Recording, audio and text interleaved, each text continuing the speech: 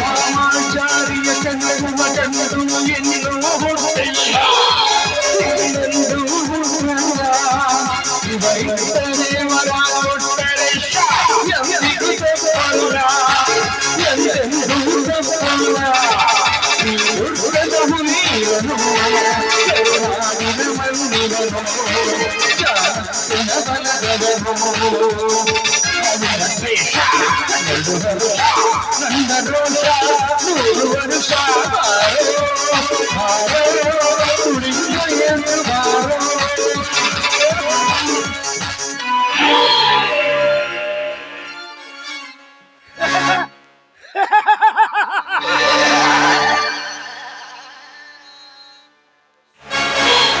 ಆತ್ಮಹತ್ಯೆ ಶಿವಕಾಂತ ಗೌಡನ ಹೇಯ ಕೃತ್ಯ. ಸವಿತೆಯನ್ನು ಕಳೆದುಕೊಂಡು ಹುಚ್ಚನಾಗಿ ತಿರುಗುತ್ತಿದ್ದಾನೆ ಆ ರವಿರಾಜ್. ಅದಕ್ಕಾಗಿ ಮಹಾರಾಜನಾಗಿ ಮೆರೆಯುತ್ತಿದ್ದಾನೆ ಈ ಶಿವಕಾಂತ ಗೌಡ. ಇನ್ನು ಮೇಲೆ ಅವನಿದ್ದಾನೆ ನನ್ನ ಎದುರು. ನನ್ನನ್ನು ಎದುರು ಹಾಕಿಕೊಂಡವರನ್ನು ಸುಮ್ಮನೆ ಬಿಡುವುದಿಲ್ಲ.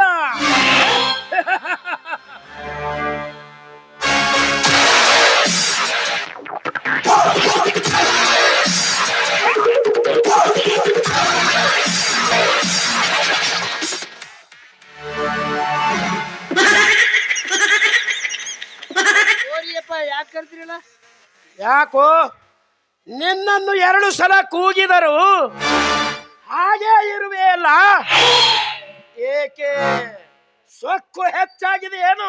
ಏನ್ ಹೇಳ್ತೀರಿ ಗೌಡ್ರ? ನಿಮ್ಮ ಉಪ್ಪು ತಿಂದವನಿಗೆ ಈ ಶರೀರಕ್ಕೆ ಸೊಕ್ಕ ಹ್ಯಾಂಗ ಬರ್ತೈತ್ರಿ ಗೌಡ್ರ?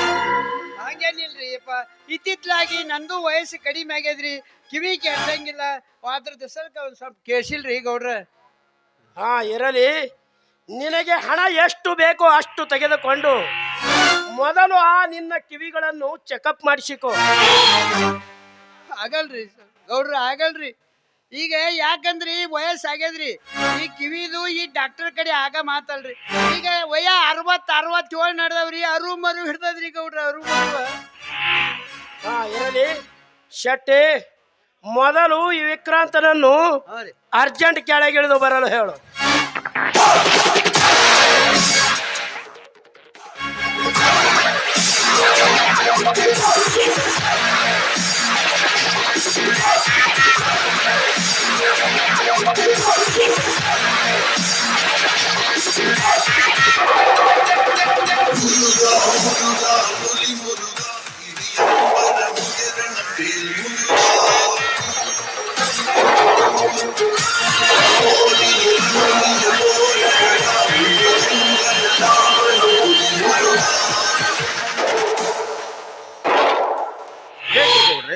ಕರೆದದ್ದು ವಾ ವಿಕ್ರಾಂತ್, ನಿನ್ನ ಹತ್ತಿರ ಒಂದು ಮುಖ್ಯವಾದ ವಿಷಯವಿದೆ. ಅದ್ಯಾವ ವಿಷಯ ಹೇಳಿ ಗೌಡ್ರೆ? ನಿಮ್ಮ ವಿಷಯ ಅಸಾಧ್ಯವಾಗಿದ್ದರೂ ಸಾಧಿಸಿ ತೋರಿಸಲು ಸದಾ ಸಿದ್ಧ ಈ ವಿಕ್ರಾಂತ್. ನನಗೆ ಗೊತ್ತು ವಿಕ್ರಾಂತ್, ನೀನು ಎಂಥವನು ಅಂತ. ಸತ್ಯ, ನೀನೇನು ಮಾಡಬೇಕಾಗಿಲ್ಲ. ಮಾಡಬೇಕಾಗಿರುವುದು ಒಂದೇ ಜವಾಬ್ದಾರಿ. ಯಾವ ಜವಾಬ್ದಾರಿ ಹೇಳಿ ಗೌಡ್ರೆ?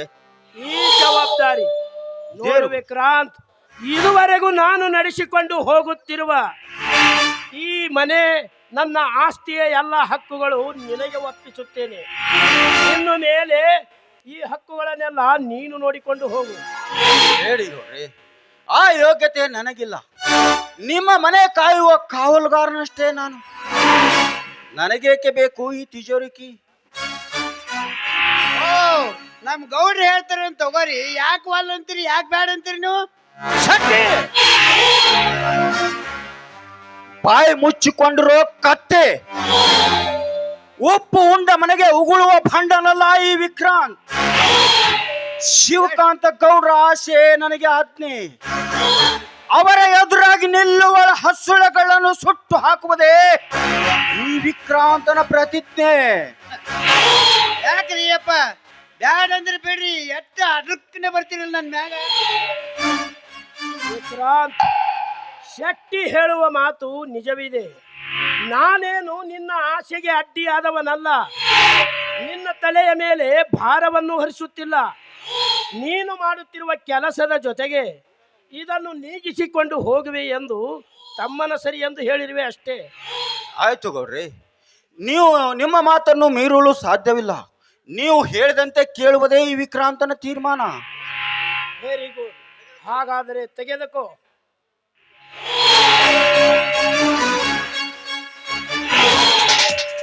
ಹಾ ಗೌಡ್ರಿ, ನಿಮ್ಮ ಆಶೀರ್ವಾದ ಹೊಂದಿದ್ದರೆ ಸಾಕು, ಇಡೀ ಭೂಮಂಡಲವನ್ನೇ ತಿರುಗಿಸಬಲ್ಲೆ.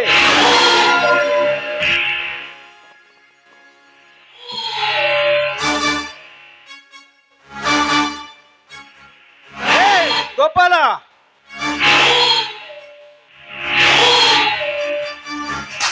ಯಾರು ಶಿವ? ಗೌಡ್ರ ಮುಂದೆ ಪದ ಹಾಡುತ್ತಾ ಹೋಗುವೇನೋ ಮುಟ್ಟಾಳ?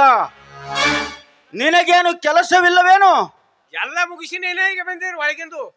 ಹಾಗಾದರೆ ಕಾರ್ ತೆಗೆದುಕೊಂಡು ಎಸ್ಟೇಟಿಗೆ ನಡಿ, ತುಂಬಾ ಕೆಲಸವಿದೆ. ಮಗನಿಗೆ ಕೆಲಸ ಇಲ್ಲ ಬಿಟ್ರೆ ಚಲೋ ಚಲೋ ಹುಡುಗಿಯರ್ ಲೈನ್ ಹೊಡ್ಕೋದ್ ನಿಂದಿರ್ತೇನ್ರಿ. ಹಚ್ಚಿಬೇಕು ಮಗನ ನಿನಗೆ ಹಂಗೆ. ಲೇ ಶೆಟ್ಟಿ, ಅವನಿಗೇನು ಉದ್ಯೋಗ ಹಚ್ಚಬೇಕೆಂದು ನನಗೆ ಚೆನ್ನಾಗಿ ಗೊತ್ತು. ಅದನ್ನು ನೀನು ಹೇಳಬೇಕಾಗಿಲ್ಲ. ಉಗುಳ್ರಿ, ಅವನಿಗೆ ಮಾರಿ ತುಂಬಾ ಉಗುಳ್ರಿ. ಉಗುಳ್ಯಾರ ಅಂದ್ರೆ ಉಳ್ಳಿಕ್ ಹೇಳ್ಯಾರ ಅಂತಾನವ. ಅಂತ ಮಾದರ್ಕೋದನವ. ಏ ಗೋಪಾಲ, ಅವನಿಗೆ ಹಚ್ಚುತ್ತೇನೆ ಕೆಲಸವನ್ನು, ನೀನು ನಡೆ. ಆಯ್ತ್ರಿ, ಬರ್ತಾರ ಗಾಡಿ ತಗೊಂಡು. ಶೆಟ್ಟಿ, ಪಂಕ್ಚರ್ ಆಗ್ಯದ್ರಿ. ಆ ಪಂಕ್ಚರ್ ದುಕಾನ್ದವ ಮಾತ್ರ ಚಾವಿ ಅವನ ಹೆಂಡತಿ ಬಲಿ ಇಟ್ಟನತ್ರಿ. ಆಕಿ ಸಂಡಾಸ್ಗೆ ಹೋಗ್ಯಾಳತ್ರಿ. ಯಾವಾಗ ತರ್ತಾಳೆ ಯಾರಿಗೆ ಗೊತ್ತ. ಲೇ, ರಿಪೇರಿ ಮಾಡಿಸಿಕೊಂಡು ನಡೆ. ಶೆಟ್ಟಿ, ನೀನು ನಡೆ, ಕೆಲಸವಿದೆ. ಆಯ್ತ್ರಿ ಸೌಕರ್ಯ. ಹಾ ಗೌಡ್ರಿ, ನಾನು ಇನ್ನು ಬರುತ್ತೇನೆ. ನನಗೆ ತುಂಬಾ ಕೆಲಸವಿದೆ. ಆಯ್ತು, ಹೋಗಿ ಬಾ ವಿಕ್ರಾಂತ್.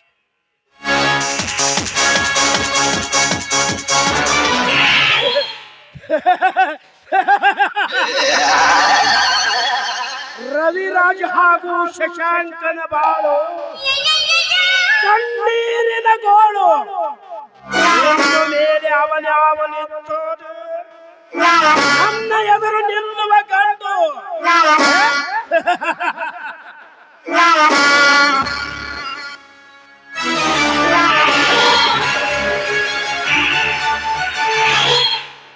ಚಂಬ ಕಟ್ಟಿಕೊಳ್ಳಬೇಡುವ ಬಣ್ಣ, ನಿನಗಾಗಿ ಕಾದಿದೆ ಈ ಗಂಡಲೆಯ ಗಂಡಿನ ಗುಂಡು. ಇದೇನು? ಇದುವರೆಗೂ ಈ ಊರಲ್ಲಿ ನನ್ನ ಎದುರು ನಿಲ್ಲುವ ಗಂಡು ಆ ರವಿರಾಜನನ್ನು ಬಿಟ್ಟು ಬೇರೆ ಯಾರು ಇರಲಿಲ್ಲ ಈ ಊರಲ್ಲಿ. ಆದರೆ ಇಂದು ಅದು ಯಾವುದೋ ನಾಯಿ ಬಗಳುತ್ತಿದೆಯಲ್ಲ. ಇದು ಬಗಳುವ ನಾಯಿ ಅಲ್ಲ ಗೌಡ, ಅನ್ಯಾಯದ ಅಟ್ಟದ ಮೇಲೆ ಕುಳಿತು ದಿಟ್ಟತನದಿಂದ ಅಟ್ಟಹಾಸದಲ್ಲಿ ಮೆರೆಯುತ್ತಿರುವ ನಿಮ್ಮಂತ ಕೆಟ್ಟ ಹುಳವನ್ನು ಮೆಟ್ಟಿ ನಿಂತು ಕಚ್ಚ ತಿನ್ನುವ ಹುಲಿ.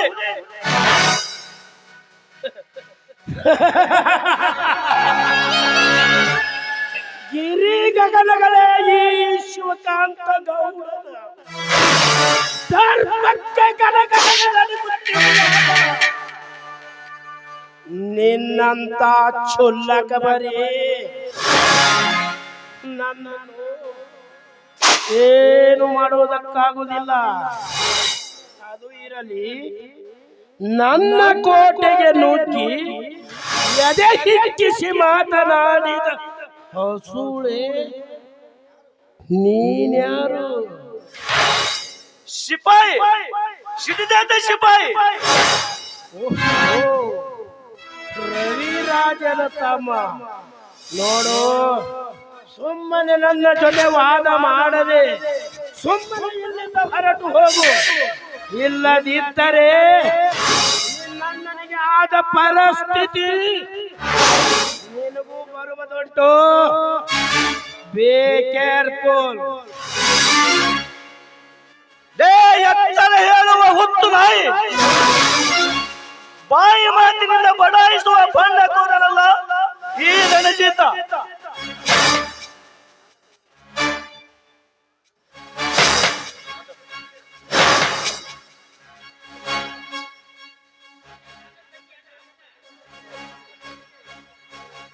ಗೌಡ, ನನ್ನ ತಂಗಿಯನ್ನು ನನ್ನಿಂದ ದೂರ ಮಾಡಿದೆಯಲ್ಲ, ಇಂದು ನೀನು ಭೂಗರ್ಭದಲ್ಲಿ ಅಷ್ಟೇ ಅಲ್ಲ, ನಿನ್ನ ತಾಯಿಯ ಗರ್ಭದಲ್ಲಿ ಅವಿತು ಕುಳಿತರು ಸರಿ, ಹೊರಗೆಳೆದು ನಿನ್ನ ಕತ್ತನ್ನು ಕತ್ತರಿಸಿ ನನ್ನ ತಂಗಿಯ ಸಮಾಧಿಗೆ ಗದ್ದುಗೆಗೆ ಮಾಡಿಸಿ ಬಿಡುವೆ ರಕ್ತಾಭಿಷೇಕ.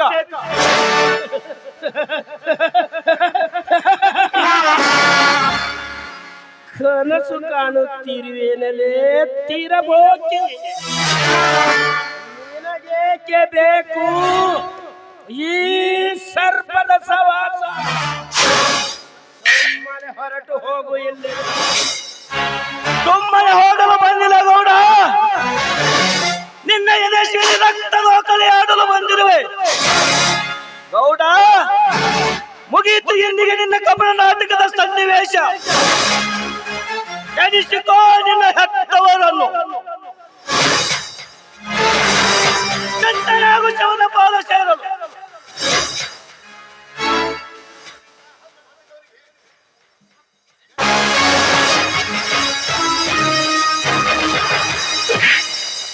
Hands up mister Ranjit, hands up. ಈಗ ಏನು ಹೇಳ್ತೀಯಲೇ ಭಿಕಾರಿ ನನ್ನ ಮಗನೇ? ಒಳ್ಳೆಯ ಮಾತಿನಿಂದ ನೀನು ಹಿಡಿದ ಆಯುಧವನ್ನು ಕೆಳಗೆ ಬಿಸಾಕು. ಇಲ್ಲದಿದ್ದರೆ ಈ ನನ್ನ ರಿವಾಲ್ವರಿಂದ ಸುಟ್ಟು ಬಿಡಿ ನಿನ್ನ ಕಟ್ಟ ದೇಹವನ್ನು.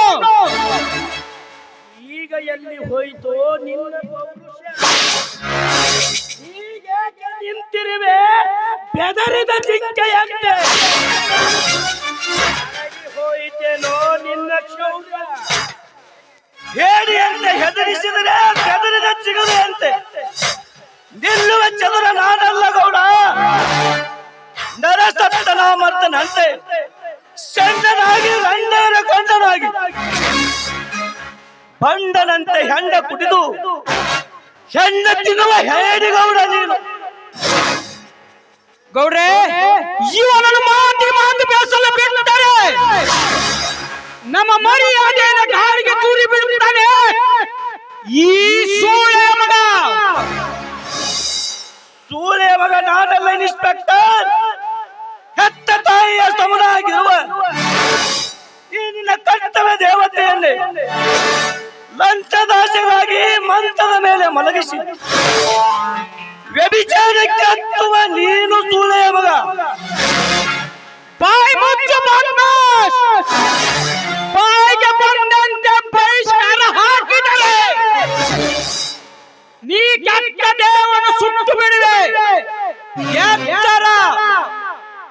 ಲೇ ಎತ್ತರ ಹೇಳುವ ಹುತ್ತು ನಾಯಿ, ಬಾಯಿ ಮಾತಿನಿಂದ ಬಡಾಯಿಸುವ ಬಣ್ಣ ಕೋರಲ್ಲ ಈ ರಣಜಿತ.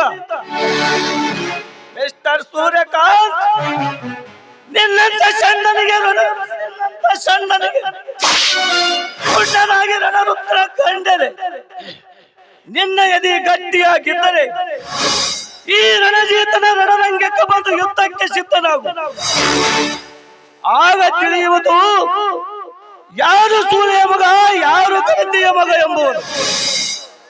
ಗೌಡ್ರೆ, ನೀವು ಒಂದೇ ಒಂದು ಮಾತು ಹೇಳಿದ್ರೆ ಸಾಕು, ಕ್ಷಣದಲ್ಲಿ ಸುಟ್ಟು ಬಿಡಿ ಈ ಚುಲ್ಲಕನನ್ನು. ಶಾಂತಿ ಸೂರ್ಯಕಾಂತ್, ಶಾಂತಿ. ರೋಷದ ಆವೇಶ ನಿಮಿಷ ಮಾತ್ರ. ಪ್ರಾಣದಾನ ಮಾಡಿ ಕಳಿಸಿಬಿಡು, ಬದುಕಿಕೊಳ್ಳಲಿ. ಪ್ರಾಣದಾನ? ನನಗೆ ಪ್ರಾಣದಾನ ಮಾಡಲು ನೀನವನಲ್ಲೇ ಗೌಡ. ಇಂದು ನಿನ್ನ ಅಂತ್ಯದ ಗುರಿ ತಪ್ಪಿತು. ಇನ್ನು ಮುಂದೆ ನಡೆಯಲಿ ನಮ್ಮಿಬ್ಬರ ನಡುವೆ ಕ್ರಾಂತಿಯ ಕದನ. ಕದನದ ಹಂತದಲ್ಲಿ ನಿನ್ನ ಚಕ್ರಿಯ ಮಾಡುವುದೇ ಈ ರಣಜಿತನ ಹಕ್ಕುರಿ.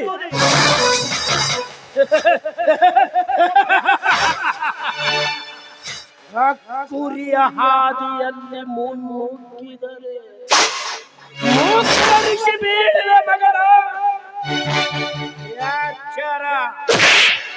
ಎಚ್ಚರದಿಂದ ನಡೆಯೋ ಹುಚ್ಚನ ತಮ್ಮ, ಇಲ್ಲದಿದ್ದರೆ ನಿನಗೆ ಅಪಾಯ ಕಟ್ಟಿಟ್ಟ ಬುತ್ತಿ ಎಂಬುದು ಮಾತ್ರ ಮರೆಯಬೇಡ.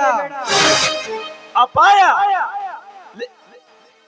ರಣರಂಗದಲ್ಲಿ ವೈರಿಗಳ ಮತ್ತು ಗುಂಡಿಗೆ ಹೆದರದ ಈ ಗಂಟೆ ಗಂಡನೆಯ ಸಿಡಿದೆದ್ದ ಸಿಪಾಯಿಗೆ ಅಪಾಯ. ಲೇ ಪಪ್ಪಿದ ಕೋಲಗಳೇ, ನಿಮಗಾಗಿ ನಿರ್ಮಿಸುವ ನರಕ ಕುಂಡದ ದಾರಿ. ಮಿಸ್ಟರ್ ಸೂರ್ಯಕಾಂತ್, ನೀನು ಹಿಡಿದಿರುವ ಈ ರಿವಾಲ್ವರ್ ಸಮಾಜ ಸೇವೆಗೆ ಹೊರತು ಕರ್ಮ ರಕ್ಷಣೆಗಲ್ಲ.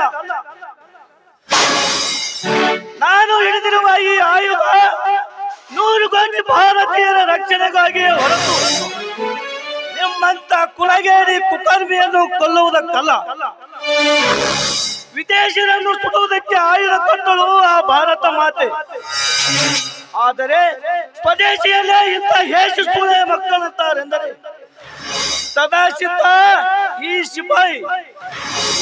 ದೊಡ್ಡ ಬಾಯ್, ಬರುತ್ತೇನೆ ಗೌಡ, ಬರುತ್ತೇನೆ. ಹೋಗು ಸಿಪಾಯಿ ಹೋಗು, ತುಂಬಿ ಬಂದಿದೆ ಮಗನ ನಿನ್ನ ಮರಣ. ಗೌಡ್ರೆ, ಸಂಚು ಮಾಡಿ ಹೊಂಚು ಆಗಬೇಕು. ಇದಕ್ಕೆ ನಾವು ಉಪಾಯ ಹುಡುಕಬೇಕಾದರೆ ಮುಂದಿನ ಅಪಾಯಕ್ಕೆ ಎಡೆಯಾಗಬಾರದು. ಅವಸರ ಮಾಡಿದರೆ ಅಪಾಯ ತಪ್ಪಿದ್ದಲ್ಲ ಗೌಡ್ರೆ, ಅಪಾಯ ತಪ್ಪಿದ್ದಲ್ಲ. ಕೇರ್ಫುಲ್ ಆಗಿ ವಿಚಾರ ಮಾಡಬೇಕು. ನೀವು ಹೇಳುವ ಮಾತು ಸತ್ಯವಿದೆ ಸೂರ್ಯಕಾಂತ್. ಈ ಚಿಗುರೆಲೆಯನ್ನು ಚಿಗುರುವುದಕ್ಕಿಂತ ಮುಂಚೆಯೇ ಚೂಟಿ ಒಗೆಯಬೇಕು ಈ ಚಿಗುರೆಲೆಯನ್ನು. ಸಂಚು ಮಾಡಿ ಹೊಂಚು ಹಾಕಬೇಕು ಗೌಡ್ರೆ.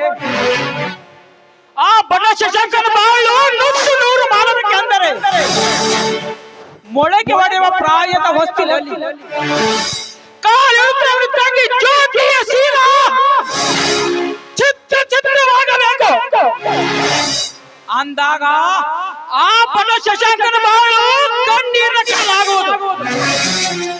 ಆ ಕಡಲಿ ನೌಕ ಶಶಾಂಕನ ಆದರೆ ಇದಕ್ಕೆ ಈ ಸಿಪಾಯಿ ನಾವಿಕನಾಗಲೇಬೇಕು. Very good Suryakant, very good. ಒಳ್ಳೆಯ ಉಪಾಯವನ್ನೇ ಹುಡುಕಿರುವೆ.